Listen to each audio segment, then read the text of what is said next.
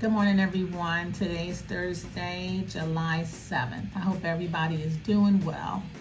So today I'm just going to talk about a few topics and I'm going to get started. I am going to be looking at my phone because I made notes of what I wanted to talk to you about and I want to make sure that I hit everything. So the first thing I wanted to talk about was I'm bringing back the voluntary mandatory shift coverage list. Most of you remember it. It was a list that listed everybody from senior to least senior. And on this coverage list, it was either voluntary or mandatory. Okay, so if you were asked to do a shift, change a shift, come in early, come in on a different day, then you go on there for voluntary. If you were mandated for the same reasons, then you go on mandated. And then you go down to the next person, whoever's next. Now I am going to say that I am going to view the schedule. Just because David is next doesn't mean David's the one that's going to do it.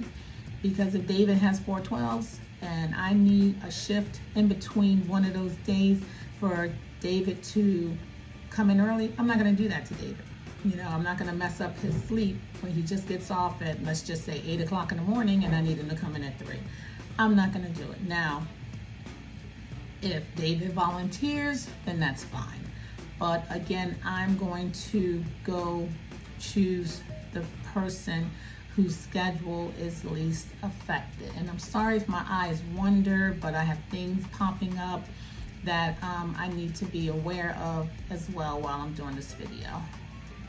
All right, so that's going to be effective immediately. I'm going to have the list posted in the department today, and on it you will see for this schedule, the current schedule we're on, who has already volunteered and who has been mandated and actually done the shift. So please forgive me if I turn away. I don't mean to. All right, so that's for that.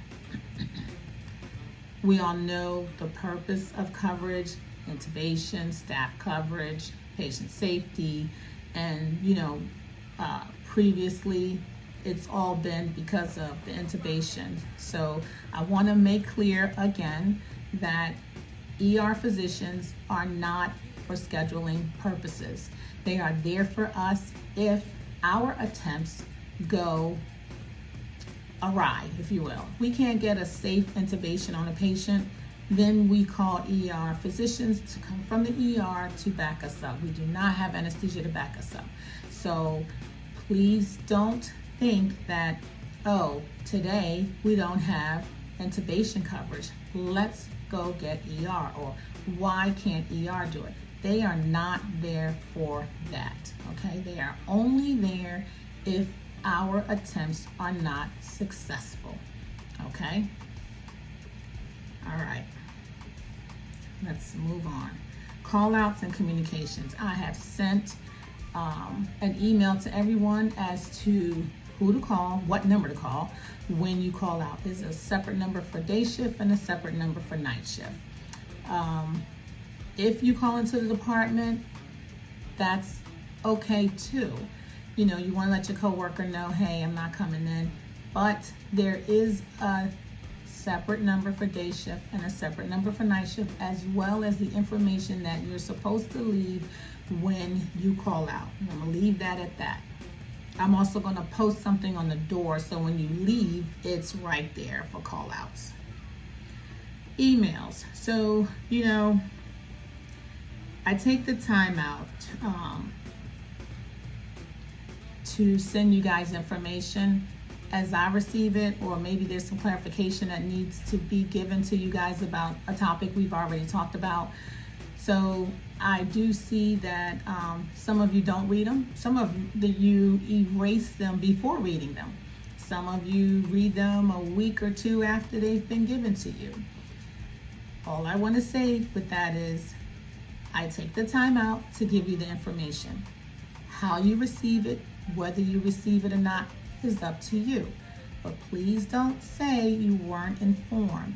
It doesn't take but 2-3 minutes tops to read these emails. And if you have any questions or concerns, you can always ask me. You know, my door is always open. New employees. So, you know, we just got, we have Kenneth. He's not that new. He's been here a year now. And we have Billy.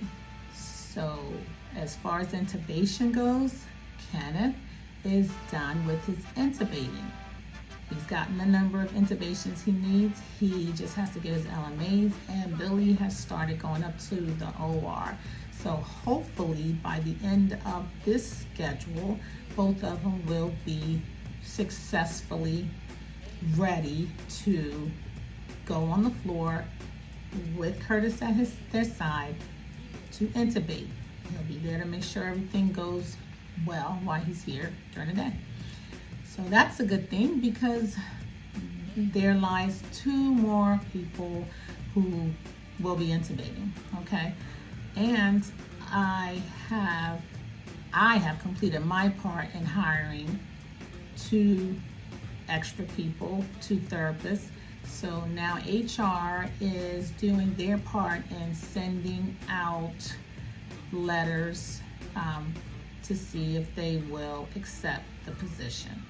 I will let you guys know as I know information on the process and where we are with that. I do have 2 more positions to put out, so I'm working on that right now. I'll let you know when they're out, so that way you can let your family members know, friends, that if they want to apply, they can apply. Okay, the functional statement. So I sent that out to everybody. Just wanted you guys to read it. I did have to update it. In it, I put in there what we do as far as therapists and outpatient. You know, you do have some co-workers that do extra tasks, and they work in home oxygen or BiPAP or PFT.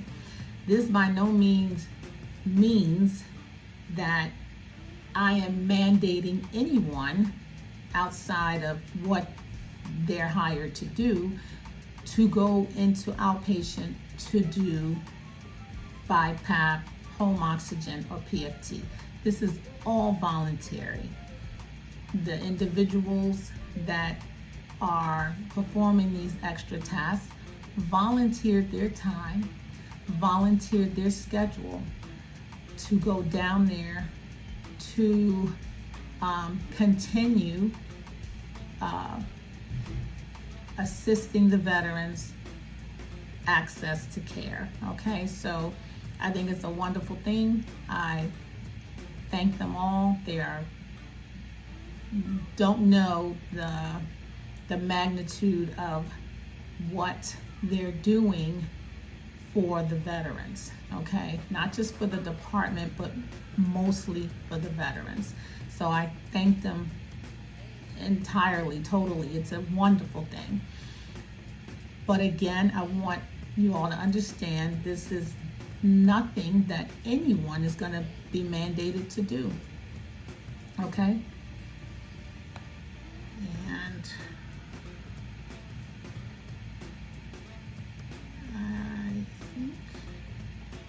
I think that's it for now. I can't think of anything else. I think I've hit everything. If you guys want me to talk about something during one of these videos, please feel free to contact me about something. And if it's information you want to put out there, I don't mind doing it at all. One more thing. It was about, it's not here, but it just popped into my head. It's about event capture. So some time ago, briefly, I did speak about how they were going to have us do encounters. So I am going to, by tomorrow, you'll all have a process on how to do your encounters, okay? They are going to stop with the event captures by next Friday. So we have a week to get into doing encounters. So I'm just going to do a copy paste instruction guide, if you will, on how to do encounters. And I am also going to try and get those codes from the event capture that we use, so we can have a list of them. So that way, when you do an encounter, you just put that code in there and you're good to go, and you don't have to look through it. So I'm going to be working on that for the next couple of days. So again, by next Friday, that is going to be the 18th of July, I was told that we have to do encounters. Event captures will have ceased and we can no longer do them. Okay? Any questions about that? Feel free to contact me. I think that's it. Thank you for your time. Thank you all for volunteering, stepping up always looking out for the veterans. I tell you, if it wasn't for you, it wouldn't be them, okay? They wouldn't have access to the care that they need, and also the care they need in inpatient-wise either, as well. I mean, our job isn't so bad,